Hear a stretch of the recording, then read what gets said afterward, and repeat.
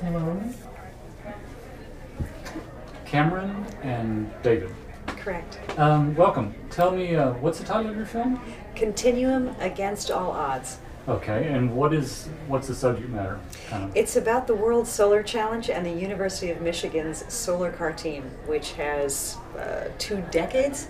2 decades. 2 decades of history of being a very winning solar car team. And if you don't know about the sport of solar car racing, then it doesn't really mean very much. But it's quite a tight-knit, involved community. Many of them engineering students, but many of them far beyond students. In the United States, there is a solar racing series, the North American Solar Racing Challenge, which is exclusively universities. But the World Solar Challenge, which takes place in Australia and goes straight down the Stewart Highway, from the top of the country to all the way to the south end of it, or top to bottom if you like. How many miles is that? About 2,500 miles. 2,500 miles. These cars go nearly 80 miles an hour. And they race on the open highway with freight trains of lorries out there with them. So it's a road race. It's a road race, and it is race. fairly dangerous, and it is highly competitive. But unlike the U.S., this is in competition with the European Space Agency and Honda and Toyota. So this group of engineering students have committed 2 years of their lives to build a vehicle that is powered by the sun exclusively. Solely by the sun. So for these major auto manufacturers, this is a huge farm team they've got going. Well, yeah, that's a really good way to look at it. The universities do feed anybody who's on a solar car team that is currently in university gets jobs, even in this economy, immediately out of the gate. So they know that to volunteer this much time, to dedicate this much time to building a car, even though it's going to ding their GPA, it's not going to ding their chances of getting a job, because what they come together and do is they create something out of nothing. They create something that appears to be, for most of us without an engineering brain, an impossibility.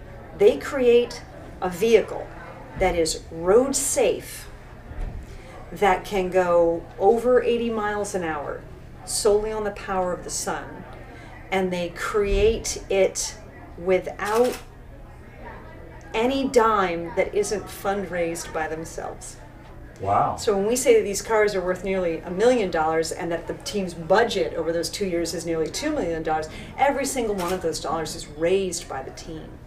Wow, so there's no federal funding, there's no corporate funding, there's no funding. There is corporate funding, but only when they go seek it. When they seek it. It's just Right. like any other business venture if you're a nonprofit. You seek the money to Car washes, bake produce sales. Exactly. whatever it is that you do. Or, I mean, you make a pitch and you say, we'll put your logo on the car. Right. Right. Or we'll somehow, otherwise, they have transporters that they ship that have all the logos on them and so on. Right. But they're going up against the European Space Agency that nearly fully funds one of the most winning teams out there. Some of the teams spend, many, many millions of dollars. So this is a David and Goliath kind of a thing. And one of the things that's so interesting to us in the telling of this story is that if you think about the environment overall and how important it is to get consensus, that's an uphill battle. You're always working to educate people.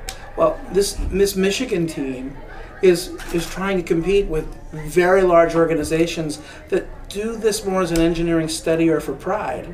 And these kids are trying to say, don't forget, a little team can come from nowhere and maybe we can beat you. That's a great story.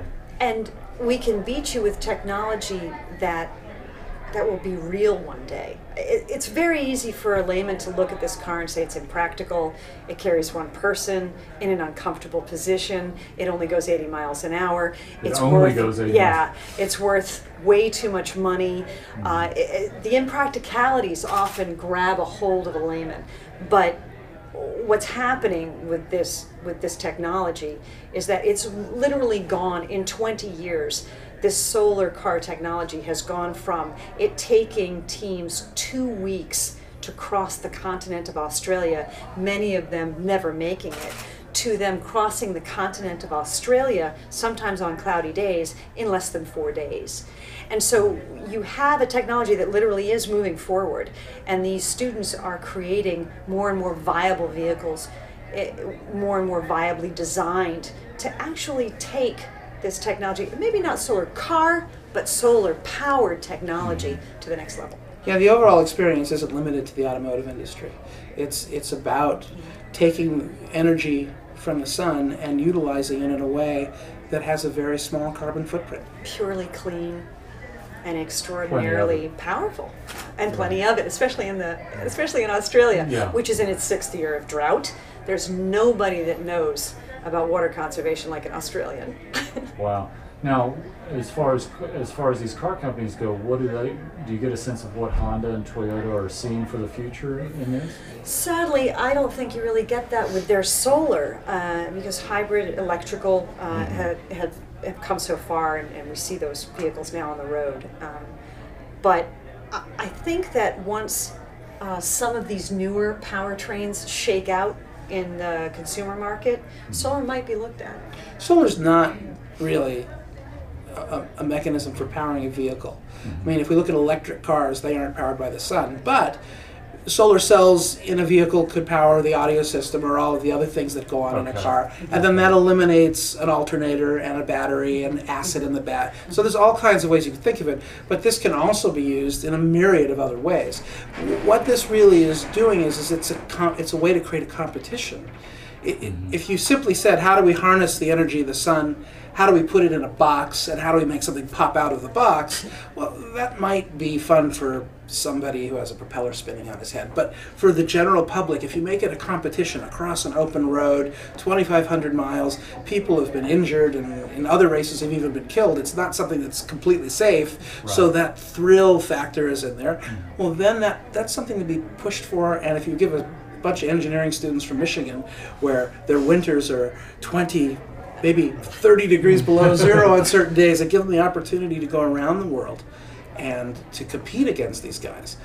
You know, that's something any kid would want to do, and would be willing to give up a semester or two of their college career to do it. What sense did you get from these students about their vision for the future? Can I have a job, please? This last race was, may I have a job, please? Their sense of the future is, the neat thing about it is, talking to a 22-year-old engineering student about what the future brings, they're kind of, what won't it bring? That wide open. Really, truly that wide open. And when you talk to a solar car team member, especially their race crew team, you have a group of truly pure optimists. Michigan is a sports-centric university, as we all know. I mean, they all have "Go Blue" coming out of their mouths every 13 seconds. So they're very much prideful about every team that they've got. They'll root and scream until they're hoarse for their, lacrosse team or their, underwater basket weaving team. So their solar car team is extremely prideful. But I think that what I like to see is that they're optimistic about not just that team, but they're optimistic about where their project and what they've learned from it will go. That sounds great. Now, you guys mentioned you had several other films in development. And can you tell us about some of those that are going to shine a light on some of the environmental issues we're facing? I think one of the ones that we're just kind of completing construction on right now, kind of post-production completion, is it takes a little bit of work to make it fit into an environmental situation unless you're really close to the production. And it has to do with earthquake safety and teaching children in Los Angeles how to be safe in the event of an earthquake. And when you start talking to children about that and realize it fits into their earth sciences curriculum, you start realizing how much environmental impact this kind of production and this kind of education has on children in this area. That's the one that immediately pops to mind as far as I'm concerned about environmentalism. And it's not simply the idea that there's an earthquake and so we're learning about earth science. It's that if the southern end of the San Andreas rips, or if the Whittier Narrows fault line rips, within 2 to 3 minutes there will be 2,000 fires in Los Angeles. There's only 106 fire stations. So the likelihood that your block or your building will be destroyed is very significant. The city could be without water for up to a year. So the idea that, and the chance of this is greater than 90% within the next 30 years. So what we're teaching is how to survive. So it's how do you sustain yourself with water, with food, how do you provide first aid to your neighbors and yourself? How do you live off the earth, so to speak, right, effectively? You can't have piles of supplies. You have to have a gallon of water per day. You have to have the ability to make that water drinkable, you know. So, so it's really about living with the earth in the event that all of the things that we're used to go away. Because an earthquake in California is called a slip fault, so it goes this way. So that means that if one of these faults go, that's 30 feet to 60 feet of shift in a major, right? So every highway will be disrupted. Every waterway will be disrupted. Anyone who's in Nevada or in Arizona won't be able to get back to California by road or by rail. They'll have to fly. So, and people that commute back and forth, well, that's over. So there's a whole series of things about, we're used to electricity, we're used to water, we're used to our cars, it all goes away. Nothing teaches conservation to a kid like saying, how would you live without? Wow. That sounds like a great film. It is. It sounds like you guys are doing great work. We really appreciate you taking the time to talk with Sure. us. Thanks for having us. And best of luck with the film. Thank you very much. Thanks. Thank you. Thanks.